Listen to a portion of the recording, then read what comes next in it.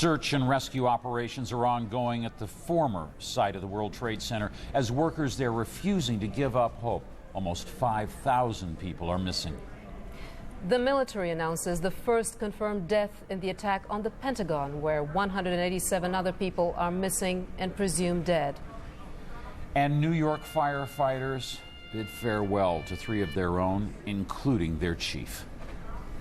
I'm Jim Clancy. And I'm Relita Vasilova at the CNN Center. This is CNN's continuing coverage of America's new war. And we begin with the latest developments. Searchers in New York City have found a passport belonging to one of the suspected hijackers.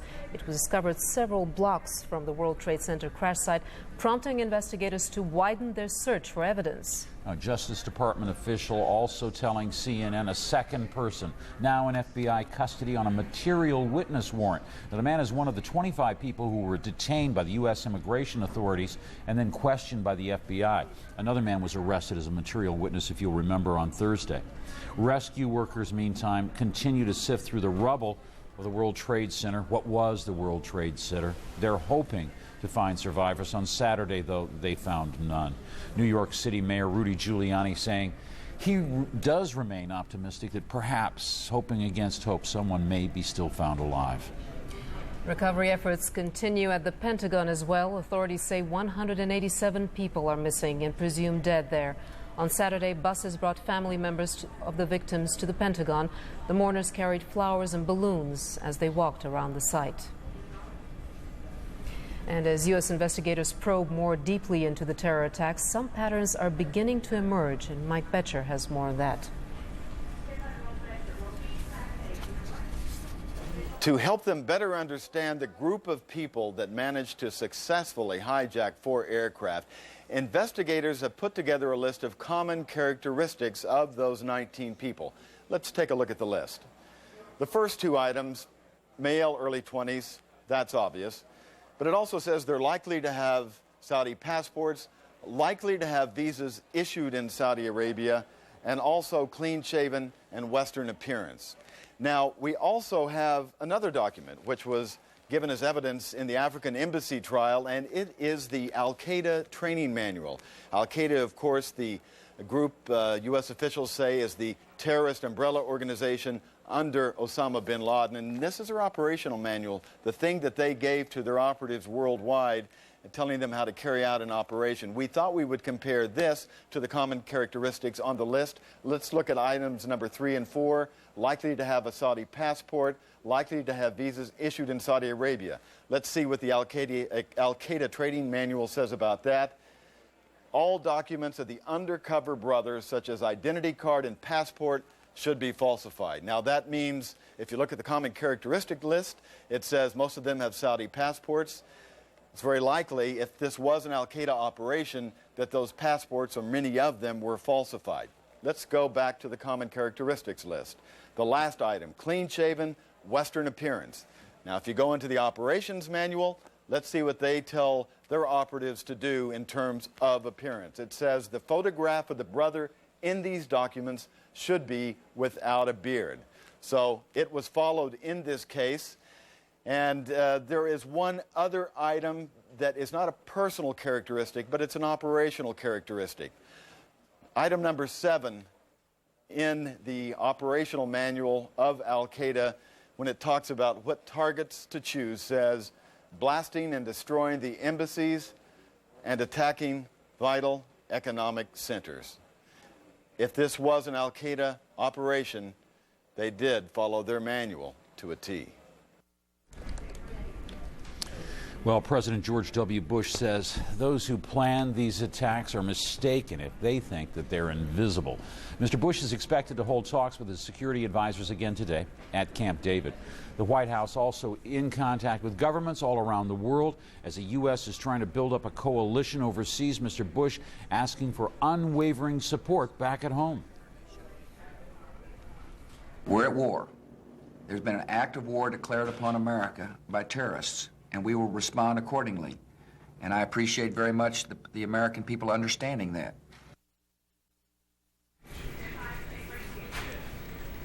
British Prime Minister Tony Blair expressing support for any U.S. retaliation, but says it must be based on hard evidence. Hundreds of British citizens are missing in the World Trade Center attack. We're about to hear more now from Mr. Blair as we go to Christiane Amanpour in London for an exclusive interview with the Prime Minister. Christiane. Good morning, Relitza. Good morning, Jim. Prime Minister Tony Blair was one of the first of the U.S. allies to come out and say categorically that the United Kingdom stands shoulder to shoulder with the United States. He also said that Britain's interests are intimately engaged because of the high number of British casualties. Mr. Prime Minister, thank you for joining us this morning. Yesterday, the President of the United States said, "We are at war. War has been declared on us." Are you prepared to say that war has been declared and that there is a state of war? Yes, whatever the technical or legal issues about a declaration of war, the fact is we are at war with terrorism. What happened on Tuesday was an attack not just upon the United States, but upon the civilized world. The thousands of people that lost their lives included nationals of many, many countries. Probably 200-300 people from Britain will have died in that terrorist attack. That makes it, in fact, the worst terrorist attack on British citizens that there has been since the Second World War. So this is a situation that concerns us all. Our own interests are intimately engaged, quite apart from the fact that in these times it's important that America realises that her friends right round the world stand with her. You and other leaders have talked about a global alliance to combat this global network of terror, and there are obviously many components, including a military component. What will the United Kingdom, what will Britain do if the United States decides to go to war? This is something, obviously, we are discussing with the American president, the American administration at the moment, what help we can give. And I'm very pleased at the way that America and the American administration has gone out of its way to consult its allies, to keep us fully informed so that we are part of the deliberations they're making. But we have to do two things, in my view. First of all, there has to be a response to bring those terrorists who committed this attack to account, and we will play our full part in that.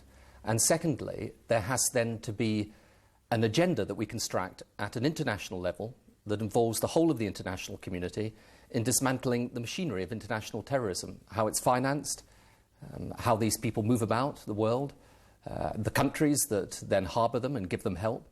At every single level, we have to pursue and dismantle this machinery of terror. And that is important, not just for the purpose of bringing those people to account, but also in order to make sure that this does not happen again. Britain has stood with the United States in most of its military campaigns of the last 10 years from the Gulf War on. Was it safe to say that if there is a military response, Britain will take part militarily? Well, we've made it very clear that we stand side by side with the United States. And it's not a question of the United States simply saying, this is what we're going to do now, come and join us. The US is in close consultation with us and with other allies. And I think there will be a very broad support for a response that allows us to pursue and bring to account those responsible for this act and do it as an act of justice. Do you think that the evidence is out yet? Have you been presented with what you need? You've talked about we need to know who did it, we need to see the evidence. As President Bush said yesterday, it's fairly clear where the evidence is tending, but I think it is important that we consider the evidence in a very careful way, that it's factually based, that we are hard-headed about it. But once we have come to a conclusion, then it is important that we hold those people who are responsible for this, as I say, to account. And I think you will find, incidentally, that that is the view right round the world. I've spoken to Arab leaders in the past few days that have expressed their outrage at what has happened, their determination that this should be seen as something that the world of Islam is standing against, not merely countries like America and the United Kingdom. And I think you will find that there is enormous support for the idea that we must put together a broad-based coalition that hound these people down and that bring them to account and do it, as I say, for reasons of justice. We owe it to those people that lost their lives, to their families who are grieving, and to our own defence of democracy and liberty and freedom. Which brings me to the question, you know, a lot of people are looking now at which country can be counted on, so-called, to stand with the United States and which country stand against. In the words of the US President, you're either with us or you're not. We have heard, you know, in the past, we've seen how in some attempts to build coalitions, there are some countries who don't particularly, you know, go rushing into this kind of thing. France sometimes has its own reservations. Germany has its own reservations. Do you think there will be a cohesive Gulf War-style alliance? I do think that the whole of the civilized world will stand together, yes. And I spoke to President Chirac myself on the phone yesterday, and I can assure you I think that the whole of Europe will stand with America on this. Because people know that what happened was not just aimed at America. It was aimed at all of us. I mean, these people believe they can achieve by mass terrorism what they cannot achieve by peaceful, democratic means. And therefore, even though it is in our nature to be reasonable, to proceed very cautiously and carefully, we haven't sought this conflict. When the conflict comes, then as we've learnt before from our history, we have to be prepared to face up to it. And I think that for a long period of time, the world has turned a blind eye, been somewhat indifferent to the menace of international terrorism. And I think we're all, to an extent, culpable in that. But what we've got to do now is to realise that it exists, look at its full power and potency, realise that these people, incidentally, if they could do worse, would do worse. The number of people they kill is not limited by anything other than purely technical capability. There's no morality so far as they're concerned. And once we understand that, then I think it is important that we not merely, as I say, pursue those people who have been directly responsible and hold them to account, but then look at the way that terrorism operates, how it's financed, where it is, and how we pursue it and dismantle it. Well, today there are reports, for instance, that even in England there's a bank, at least one bank, maybe more, that has been used to channel funds for propaganda for this group. There has been some radical voices in the Islamic community here calling for martyrdom and, standing against the United States in this matter. What does a democracy such as yours and other democracies, what can you do? Do you have to sort of encroach on perhaps some of the things that make a democratic world stand apart, some of the civil liberties, some of the protections on individual freedom of speech, freedom to act, freedom to hide under the banner of religious organizations? I mean, will you crack down here? We will certainly look, as I think most countries will, at our own domestic laws and see how, in a sense, they measure up to the scale of the problem we now face. And I think we can proceed in a sensible way, which is to say people are perfectly entitled to express their views. And if people want to be anti-British or anti-American, we're Democrats. We believe that people have the right to express their views. But if they are engaged in organising terror or acts of terrorism, then we have got to act against that. And you're right, I think a lot of people will look at, for example, how terrorism is financed, how some of these people do shelter in our country, and not just our country, but other countries, democratic countries around the world. And if this evil of mass terrorism is as we say it is, then we have got to exercise the power and the vigilance to ensure that it's restrained and defeated. Now, I don't believe that that is to act in contradiction of our civil liberties. I believe it is in part pursuing the basic civil liberty that people have to go about their business free from terror. Do you think there might be, I don't know, a system of identity cards or something similar to that? Well, I think there are a whole series of things that people will look at in the wake of this. And I think this is the time, as it were, to set an objective and then to consider very carefully how we meet that objective. Let's go back and talk about the alliance. How do you keep an alliance cohesive over what you've all described as a sustained, long and difficult campaign? It's going to take a long time, apparently, to do what you've described. Well, of course, it's right in a sense that when we're merely offering words of support, that is, in a way, as I've been saying to people in the last few days, that's the easy part in one sense. I mean, the hard part starts when we actually take the action. But I think that support will be there, not just because of people's sense of horror and outrage at what has happened, but also because of their realization that unless we take action, then we are all at risk. And so it is right for reasons of justice, but it's also right for reasons of self-protection. Now, I'm not saying there won't be difficulties along the way. There always are in these situations. But certainly so far as Britain is concerned, and I really do believe the vast bulk of the civilized world will stand with America. Have you spoken to your Russian counterpart? Have you spoken to President Putin? Yes, I have spoken to President Putin. And what are they prepared to do? Well, I think obviously you have to talk to President Putin about the specific things that the Russians will do to help in this situation, but I don't think you should be in any doubt that President Putin and the Russian people were utterly horrified by this. And of course, they themselves have suffered terrorist outrages in Russia too. When we talk about the military component of any response, do you think NATO has obviously unprecedentedly given its full support to come to mutual defense of one of its members? Do you envision a classic NATO-style response, or how would you envision a military response? I think there's a process that we need to get clear here. First of all, we identify those responsible. Then we work out the correct military response, and then we see the right way of putting that together. Now, I think we're too premature at this stage to start speculating on the exact nature of either the response or the way that we will pursue it. But obviously, as I say, there will be these two components to the action that we take. The more immediate action, if you like, to bring to account those responsible, and then, over time, the systematic war upon the whole machinery of terrorism. Do you think that the United States would take unilateral action, or do you expect that there will be, further consultations and sort of gathering of the coalition? I think that the way that President Bush has handled this is absolutely right. I mean, he has been very calm and measured in the way that he has approached it. He has been in close consultation with allies. Obviously, America has got to defend itself against such an attack. And we will be there in support of America in doing that, and that is important. But it has been done in a way that I think reflects very great credit from the administration, because their determination is absolute, but their way of doing it, quite rightly, is to say, look, this is where we stand, this is why we stand in this position, and join us in it. And I think that will, of itself, win a great deal of support, as I say, not just amongst Western countries or countries that are traditional allies of the United States. I think they will get support for that position right across the world. The President of the United States has talked about a fight between good and evil, and a lot has been made of a sort of a clash of civilizations, or a clash of fanatics against the civilized world. How do you see this clash, if there is one? Well, I think those are two very separate things.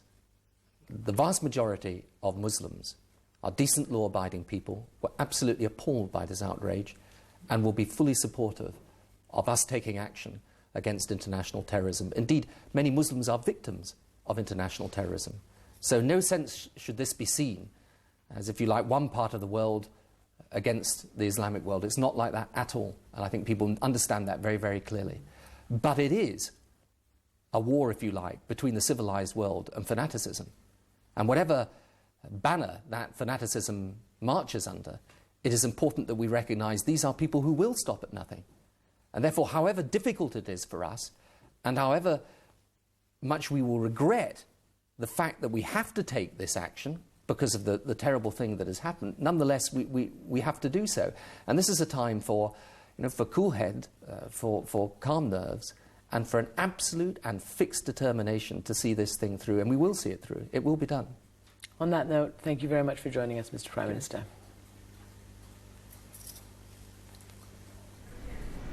All right, that was Christiana Mpour talking with Prime Minister Tony Blair in London there. Now, a new poll is indicating that 3 out of 4 Britons support military action against those responsible for the terror attacks in the United States. For some perspective now on how the attacks are shaping British political sentiment, I'm joined by our European political editor, Robin Oakley, once again. Robin? Jim, what was interesting, I think, there about Christiane's interview with Tony Blair was that he was perfectly willing to use this language of an act of war. He qualified it slightly by saying it is a war against terrorism. But clearly, Britain is willing to stand militarily with the United States, while we're seeing some slight possible cracks in the alliance otherwise, with other European leaders saying that this is not a war. We have had Louis Michel, the foreign minister of Belgium, currently holding the EU presidency, saying this is not a war. And people were worried too when Lionel Jospin, the French prime minister, said this is not a war. But he, of course, was careful to say this is not a war against Islam. And I think we have to be very careful in assessing the reactions across Europe now. Different people are using different language in a very careful way, because I think many European leaders don't want a war against other states, and they don't want a backlash against Muslims worldwide, but they are prepared to provide considerable backing for the United States in building this coalition against terrorism. And I think what we've seen from Tony Blair there in the interview is they are all looking to a two-stage operation. First of all, to bring the terrorists to justice. Secondly, to start dismantling the apparatus of terrorism worldwide. And at that stage, clearly, European leaders, and certainly very strong sentiment in British public opinion, for at that stage, penalising countries, punishing countries which harbour terrorists, as well as punishing the terrorists themselves. Jim. Robin, as we look at it, and you point this out, I mean, war may be just a word, but it means many things to different people. That's one thing on the rhetorical end of it. But the Bush administration has isolated itself somewhat on a number of issues there in Europe. Is that coming home to hurt this administration? The sense there that the U.S. may ask you into a coalition, but won't listen to your advice? I think, Jim, normal politics has been suspended in Europe and worldwide. This act of terrorism is an act that has changed the world. It is perfectly true that when President Bush came to Europe for the G8 summit, came earlier for a European Union summit, there was a feeling that his approach was somewhat isolationist, typified by action on the Kyoto Protocol, on the environment, not joining the others in taking the action they wanted to take against global warming. But I think that is on an entirely different scale. And I think, again, as we heard from Tony Blair this morning, people now across Europe, governments, leaders across Europe, perceive this attack as an attack not just on the United States. It is a kind of attack that could happen anywhere in the civilized world, they feel now, and that if the terrorists are not, if there is not punishment for terrorists who have ratcheted up the scale of terrorism to this level, then the whole of the civilized world is at risk. And when Tony Blair was addressing the British Parliament, the emergency session they had, he warned that the terrorists will not stop at driving planes into buildings, but that there is a real fear, should they get their hands on weapons of chemical and biological warfare, then they would be prepared to use those. So I think smaller scale differences with the United States about specific items of policy that we've seen in recent months are forgotten against the background of this, the enormity of this terrorist attack. All right. Jim. Some good perspective there. Robin Oakley, our thanks to you for that. Relitza. Jim, some stark statements from President Bush to the American people this weekend. Mr. Bush spent much of the day with his national security team at Camp David, the presidential retreat. CNN's White House correspondent Major Garrett joins us now from Washington. Major. Good morning, Relitza. Very stern rhetoric from the U.S. president on Saturday, saying, among other things, in a message to all U.S. service personnel, get ready. He identified Osama bin Laden as the prime suspect, though also he said there are other suspects the United States is looking at. And the White House later in the day made it clear that it was not ruling out ground troops in any military assault against those who perpetrated the terrorist acts Tuesday in New York, and Virginia, and Pennsylvania. And in his weekly radio address, the president made it clear to the United States that this is a war, a different kind of war, but nevertheless a war that he is confident the country can win. This weekend, I am engaged in extensive sessions with members of my National Security Council as we plan a comprehensive assault on terrorism. This will be a different kind of conflict against a different kind of enemy. This is a conflict without battlefields or beachheads, a conflict with opponents who believe they are invisible, yet they are mistaken. They will be exposed, and they will discover what others in the past have learned. Those who make war against the United States have chosen their own destruction. Relitza, another significant passage from the president's radio address, and I quote the president here, "I will not settle for a token act. Our response must be sweeping, sustained, and effective. We have much to do and much to ask of the American people." The president spending a good deal of his day on Saturday doing exactly that, only hours removed from the different obligations of a commander-in-chief, that is, to console the nation. The president spent much of the day on Friday doing just that, leading the nation in a prayer service of remembrance in the National Cathedral, and then traveling to New York City to see the devastation there firsthand, and spending more than 3 hours with families of police officers and firefighters killed trying to respond to the catastrophe at Manhattan, Lower Manhattan. White House aides say the president was absolutely overcome with the emotion expressed by those family members, and through it all, spending nearly 3 hours with them, at first very emotional, but at the end, steeled with a sense that he as commander-in-chief must do something to prove to them and others that those civilian victims have not died in vain. Relitza? Major, thank you. Jim? Well, for the latest now from the scene of the World Trade Center attacks, where the cleanup, the rescue and recovery efforts continue, let's go to Gary Tuckman. He's there. Gary? Jim, there's no quieter time of the week in New York City than a Sunday just before dawn. But here in Lower Manhattan, it's anything but quiet. There is lots of traffic, lots of police activity, and lots of noise because the World Trade Center rescue is still in full gear. As we speak, hundreds of emergency workers are still on the scene just behind me, about 5 blocks behind me, trying to find survivors. The news has not been good over the last 3 days. No survivors have been found. 5 survivors were found the day of this disaster and the day after, but they are still looking for the possibility of survivors. 4,972 people are missing. They are also clearing wreckage. So far, 22,000 tons of rubble have been cleared, but that's only a minute percentage of the total rubble that's there, about 4%. There is still a lot of work to be done here. With us right now are 2 of the thousands of volunteers who have been out at the scene since the beginning. This is Julie Forsberg next to me. This is Stephen Michaels. Stephen is a volunteer emergency medical technician. You've been helping out also. Julie, tell me what you've been doing there. Wednesday night, I sort of hopped around helping carry boxes of food and trying to give rescue workers clean socks and dried t-shirts and coffee, and digging a little bit and moving buckets of rubble a little bit, but mostly helping with food the first night. And the next couple nights just sort of coming down and pitching in with shoveling and moving buckets and like lines of people trying to help. Okay, Stephen, you're a student here in New York City, but you have medical training back home in Michigan. Tell me what the scene is like there right now. Right now, it's... You're just finishing, by the way, for the day, right? How many hours have you been here? Yeah, I don't know. You lost track. Yeah, you kind of lose track when you're out there. Okay, what's the scene like right now? Right now, it's kind of changed since Tuesday. You know, Tuesday it was a lot scarier. Now it's, you know, more machinery, you know, picking off the layers to, you know, get at the people that are possibly, you know, up to, you know, 8 stories underground. You know, the rubble has really gone down deep. You're helping out with the triage unit. On Tuesday it must have been very busy there, right? On Tuesday it was very busy. Tuesday it was kind of mass chaos, you know, setting up the triage centers. You know, I was here, you know, immediately after the scene, and, you know, it was just a big cloud of smoke and trying to get the hundreds and thousands of people, and, you know, from the nearby neighborhoods, not even getting to the main infrastructure yet. You know, it was more, you know, just immediate work on the people that, you know, nearby. And how disappointing has it been that there's been no one to treat over the past couple of days?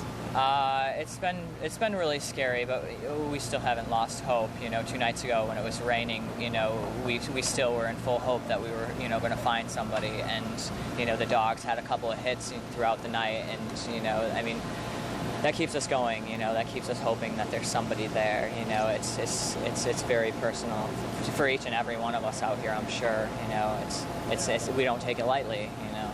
Stephen and Julie, thank you very much. Good luck to you in the future. It's great that you've been helping out so much. What's really scary about this is that when this is all over, this death toll could rise to a number as high as 5,100. Jim, back to you. Gary Tuckman, thank you much for introducing us to a couple of the people that are doing the important work, perhaps on behalf of all of us. Well, New York firefighters are continuing their work at the rescue site. At the same time, they are mourning the loss of their own. More than 300 firefighters now dead or missing. Among those that were buried on Saturday, 3 top officials, including Fire Chief Peter Gansey.